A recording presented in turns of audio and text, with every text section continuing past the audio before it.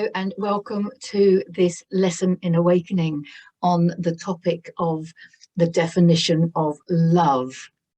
I've been inspired to do this video a couple of reasons. The first one is comments I get from people about loving what is. I've been using the phrase loving what is quite a lot lately, which has been inspired by reading Byron Katie, her book Loving What Is, and her work, and being able to shift yourself into higher frequencies and expanded levels of consciousness by choosing to view things differently, resulting in you maintaining that level of love within you. That's how I would summarize it. But you know, when you're on the ground, shall we say, in the 3D, on the ground, on the ground force, whatever you want to call it, it's difficult to love what is. So I have been using the phrase loving what is. And it does obviously bring up comments and stuff about how can you love what is. And I've done a couple of videos on this. There's the what you resist persists, loving what is. And also I was inspired to do this today from the video I did with Liz Nagel yesterday. If you haven't seen them, I have a section on my YouTube channel called Self-Mastery with Liz Nagel. She is a very wise old soul, and I have benefited a lot from her wisdom. And I wanted to share that wisdom, her wisdom, with you guys. So that's why I have that section. And I'll put a link in the description and the video in the end screen, because there we were talking about love and what does it mean to you. So that's why I felt inspired to do this video on the definition of love. So let's just dive into that straight away. Is love an emotion? Okay. Is love a feeling? Is it an energy? Is it a state of being? Or is it all that is? Okay, now what I'm going to do is I'm going to share my screen with my beloved scale of consciousness, which you will have seen before and recognize. So there it is. I would love to show the actual full map of consciousness. For copyright reasons, I can't do that. So, but if you were to search on the internet for the map of consciousness by Dr. David Hawkins, it will come up. So, but not from me, it won't. But do that and find it and follow along. However, this is the scale of consciousness, which just takes a part of it. It takes the emotion part and the frequency part. But as you move up this chart, and I have done a video before on understanding your thoughts and your beliefs and the thoughts and beliefs of others. So I would also put a link to that in the description and the video in the end screen, because it's kind of relevant. Because on the original map of consciousness by Dr. David Hawkins, he has a section called life view. As you expand into higher levels of consciousness, in other words, if you move up this scale, your view of life changes. And also there is a column called God, view of God, God view. Because as you expand into higher levels of consciousness, your definition and your view and your perception of everything changes, including your perceptions of God changes as you expand. So I think that's really an important point. And what I want to do is add a section to his lovely map of consciousness and have it as in your view of love. So your view of love, your perception of love, your understanding of love, your definition of love, the meaning of love, whatever words you want to use for it, it changes as you expand into higher levels of consciousness, as you move up this chart. So somebody operating at, let's say, the bottom of this chart, full of shame and guilt and living life in a very contracted state, that would be very unconscious, okay, lacking in understanding of their own power. And this is where the energy is very much dog eat dog, survival of the fittest, attack is the best form of defense, that kind of energy where you view life as being difficult and miserable and evil, and your view of God is kind of despising and things like that. You probably don't know many people that are operating at that level if you're watching this video. But as you move up this chart, people are still in a contracted state when they're full of fear. And their view of love might be the things that you enjoy. Like the music, I love this music, or, you know, I really love going to the beach, or that's when you're going to start using the word love, even for your foods and things like that, you know. I love strawberries, for example. So, you know, love is a word, okay, as well, but the word obviously carries energy and the meaning that you want to put on it. So love is very much a word at that level. And it's a word I think a lot of people use when they want to say, I really, really like something. I really, really like it. They want to emphasize how much they like it, and so they'll use the word love. And then as you go up this chart, you then have like where you've got pride and courage. There's a development here of love for the self. Self-love, I think, starts, whether it starts a little bit egotistically, maybe, you know, you love yourself because you've made certain achievements in life. You know, it's a path like everything else. And then you can start loving other people, because you can only love other people at the level that you love yourself. That's a really interesting point. I'm going to say that again. You can only love other people at the level that you love yourself. And let's turn that one around to other people can only love you at the level that they love themselves. Now that's interesting, isn't it? Especially if you're in a partnership. Self-love and helping your partner nurture their own self-love is obviously a important and beautiful thing to do. Okay, so yes, there is a beginning of love. So what does love mean? There's a little bit of pride maybe in love. You know, we're looking at the pride on this chart.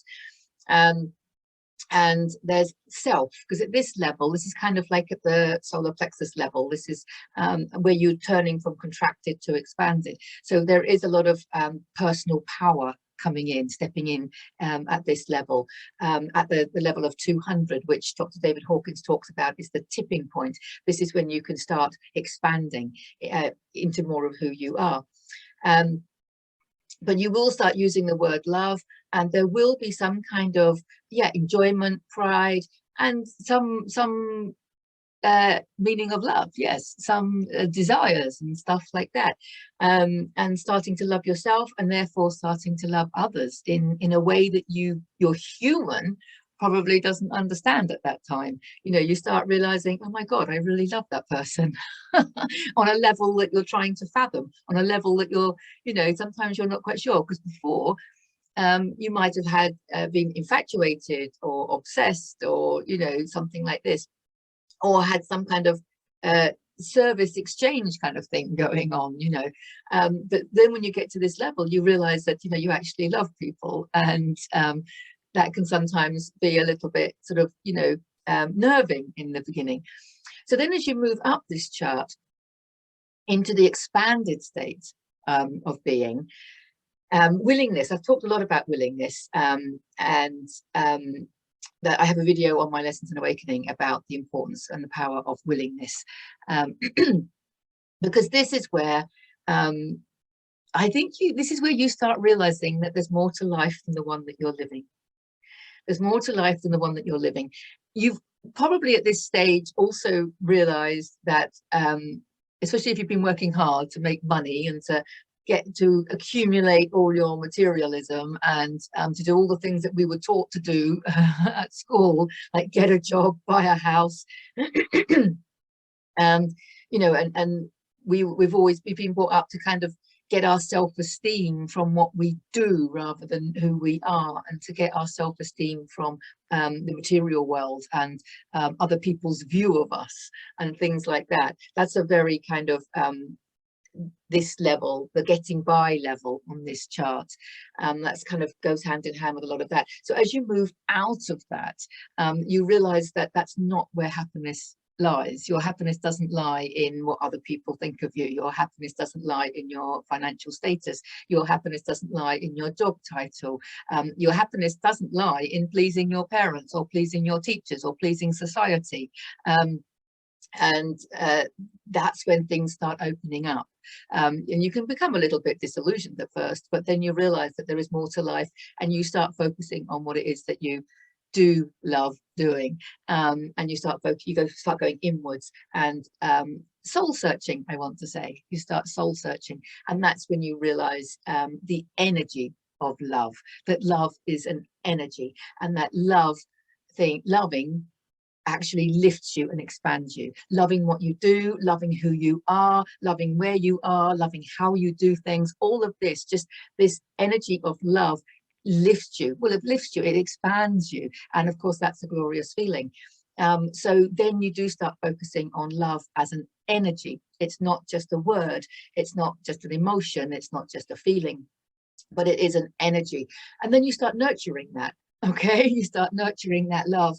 And I talked in the video with Liz yesterday about when I first, having walked past flowers and roses all my life, and appreciating that they were like pretty things, but actually being able to focus on one and feel the love of creation, and just feel at one with that rose, and just looking at it as a divine example of creation. It's beautiful, it smells beautiful, and just seeing the divinity in it. And then I talk about that, moving on to mountains and the sea, and just really feeling that expansion of love that comes with nature, and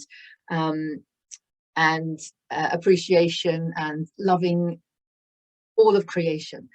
So then we took it a stage further, because of course, creation, we came to war and, child trafficking and all these, low consciousnesses, I want to say. I was focusing on all these beautiful things, and it's easy to feel at one with creation when everything's so beautiful and lovely. How do we feel at one with creation when war is all part of creation, and everything that's going on in the world, whether you like it or not, is all part of creation? How do we love that? And if you're going to use the word love as something that you really, really, really like, then obviously that's not going to work, because we cannot say, I love war, I really, really, really like war. No, of course not. So anyone that is talking about loving what is, we have to focus on expanding into the state of being called love. And if you look at this chart, you'll see it right there at 500. Love or above at 500, it's an expanded state of being. You're in the flow of creation, I want to say. You are the creator. You are creating your own reality, and together we're creating the collective. You start understanding all of that, and you start understanding that your future lies in your frequency, and that your freedom lies in raising your frequency.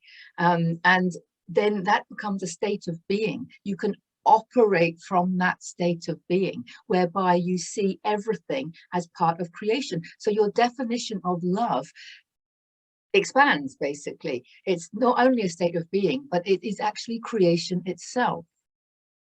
Okay, so when you then look at all of creation, you have an immense amount of love within you, because obviously this is a self-love journey. All the way going up this chart is a self-love journey. It's ongoing. The more of you that you expand into, the more of you there is to love, right? So self-love is the path to enlightenment. Self-love is the ascension journey, basically. So when you get to those levels of self-love, and then that frequency gets reflected back to you from the collective. So if there are things in the collective that you don't like, you can actually shift them by shifting your own frequency.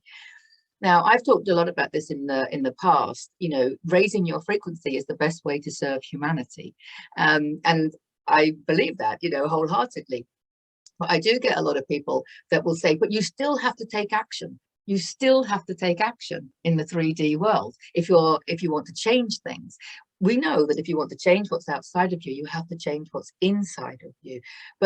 And so doing what you love, it sounds selfish, but it's a win-win-win situation. But the point I want to make to those people that say, you know, but we still need to take action. We need to stay in our flow. You see, notice here on the chart, it says expanded flow, right?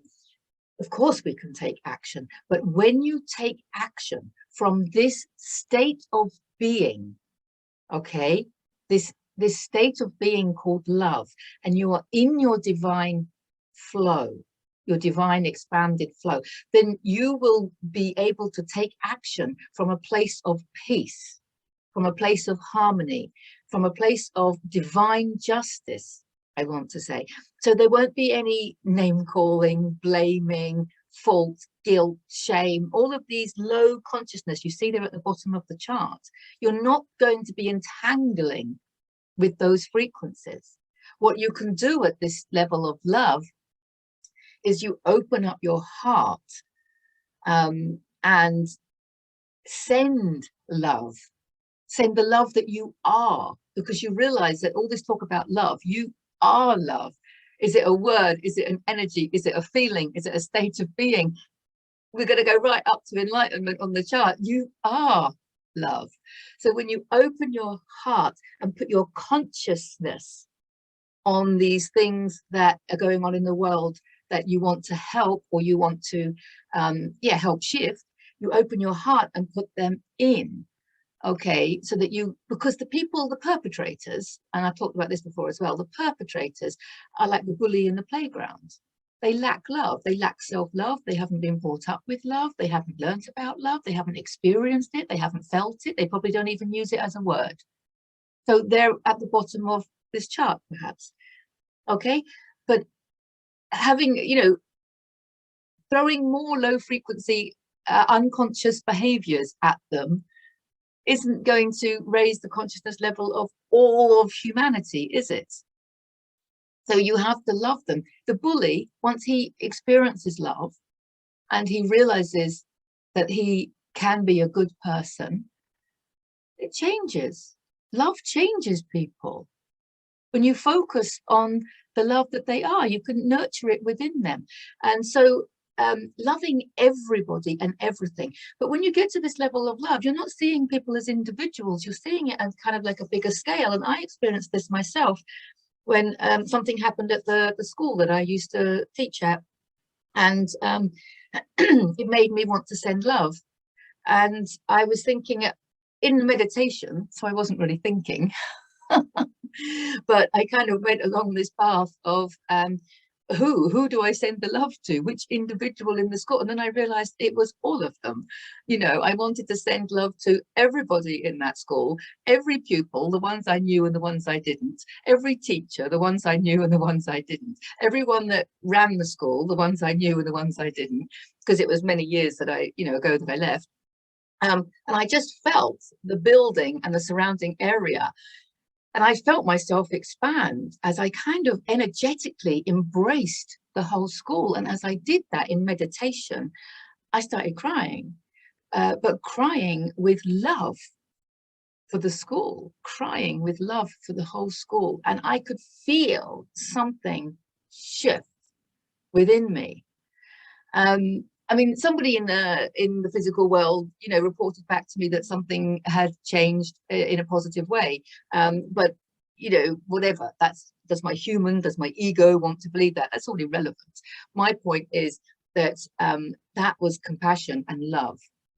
Okay, so there was what some people would perceive as wrongdoing going on, and that's what we call shining your love and light.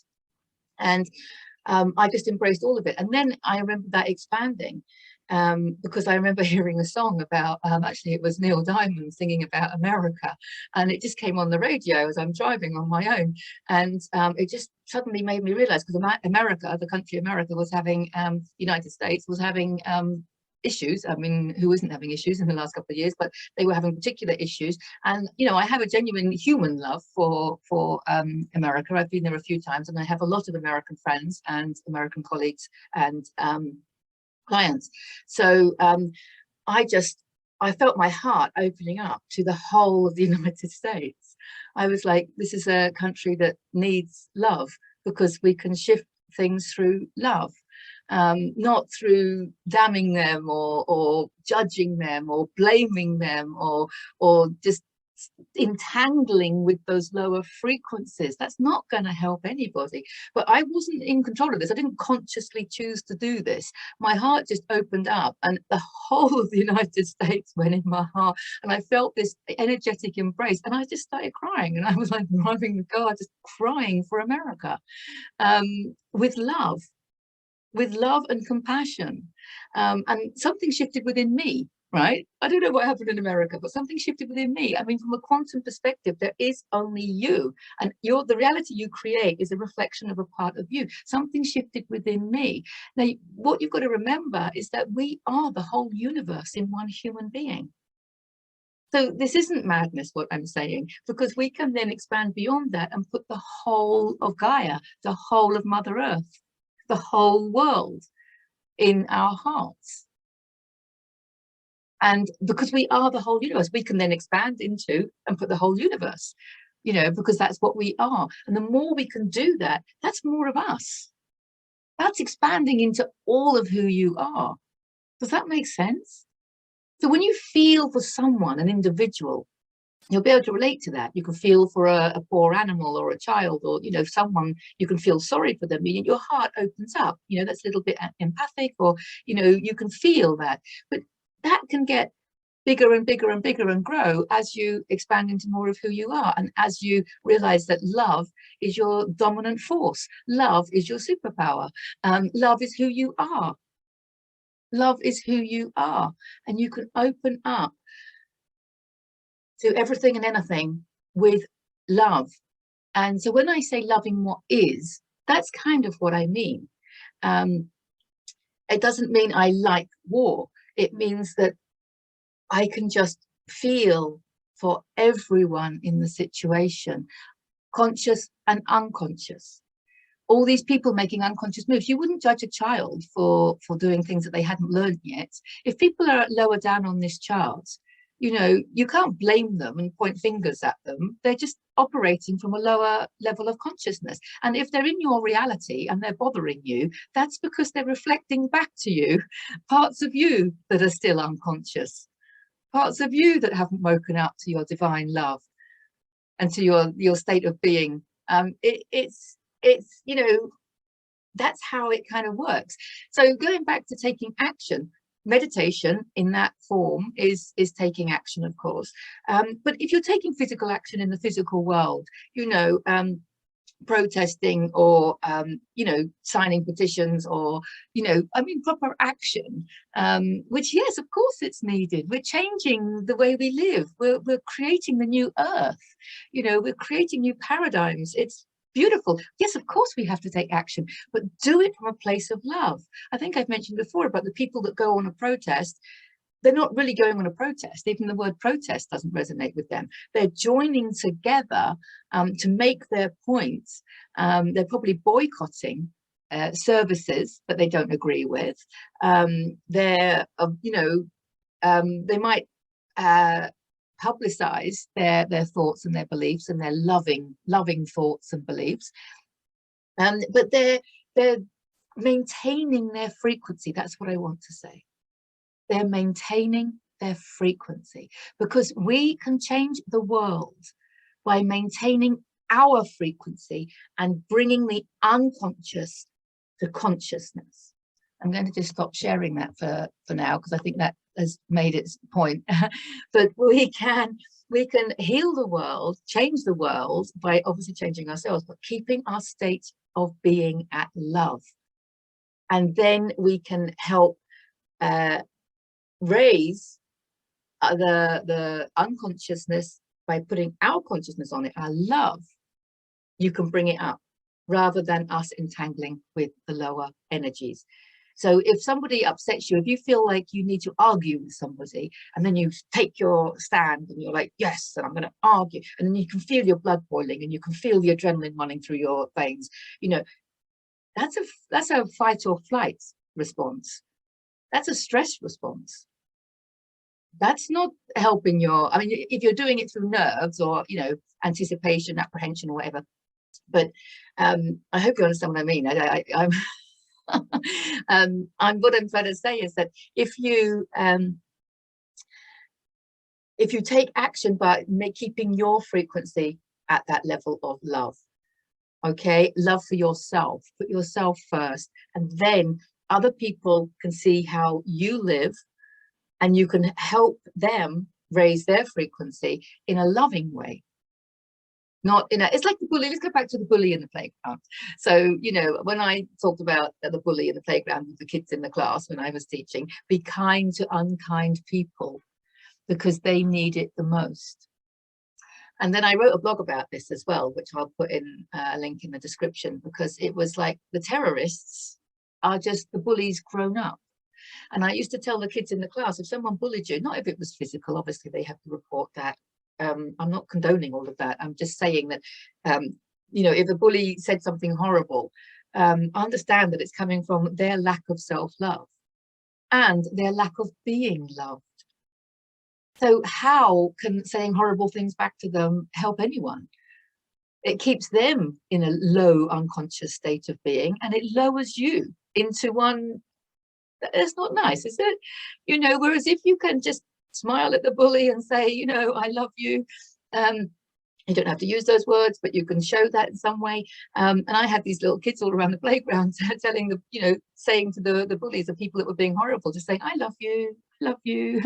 And it really did have an impact for a while, because it just doesn't have to be love as in saying I love you, that's just a word or what have you. It's about understanding, awareness, consciousness. I'm coming back to consciousness. It's the scale of consciousness. That's what we're talking about. You are love consciousness. So it's about putting your consciousness. Consciousness means awareness. So when you understand how you can help someone else by loving them, that's how you can take action. And you're doing it from an expanded state of divine flow. You're not doing it from a place of fear, guilt, shame, pointing fingers, blaming, and all of those energies. I hope that makes sense. So because I felt inspired to do that one. So again, the answer is to love yourself, raise your frequency, and understand what's going on, understand that everything is on a string of creation. It's all of creation, but there are some things on that string of creation that your human doesn't like, but your higher self understands is a reflection of each and every one of us. We have to take responsibility. I also did a video on the conflict is inside you. If the war and these horrible things going on in the world, if it's bothering you and triggering you, then where is it in you? Where is that conflict in you? Where is that war in you? You could be showing some kind of violence to others. It could be verbal, or you could be beating yourself up, or you could be putting yourself down.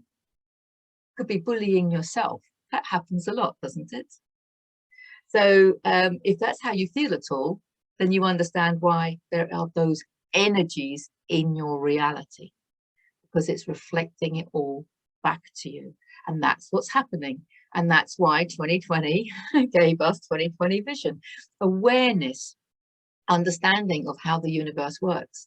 And everything that's gone on in the last couple of years has been for that purpose, to wake us up to, oh my God, there were parts of us that we disowned.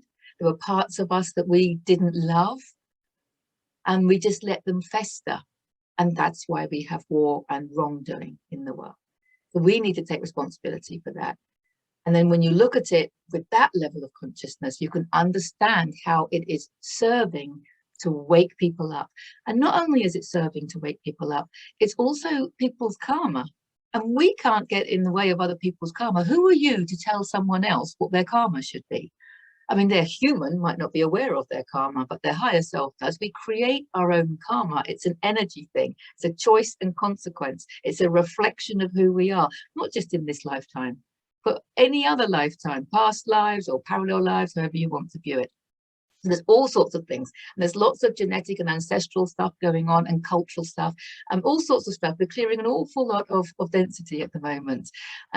So understanding that, and that wouldn't be happening on this scale if we didn't have those problems in the world. Does that make sense? If we didn't have those problems in the world, we would not be waking up to our ability to create, taking responsibility for our creations, and therefore understanding how to create heaven on earth, because it's all about creating heaven on earth, which is not a place, it's a level of consciousness.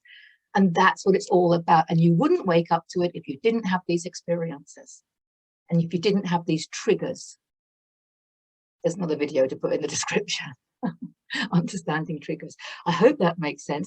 When you can see it from that perspective, you can actually love it and have gratitude for it, because it's waking people up on a scale like never before. And you can also choose to view it from a soul level, that everybody chose their path, because on the other side of the veil, there's no right and wrong.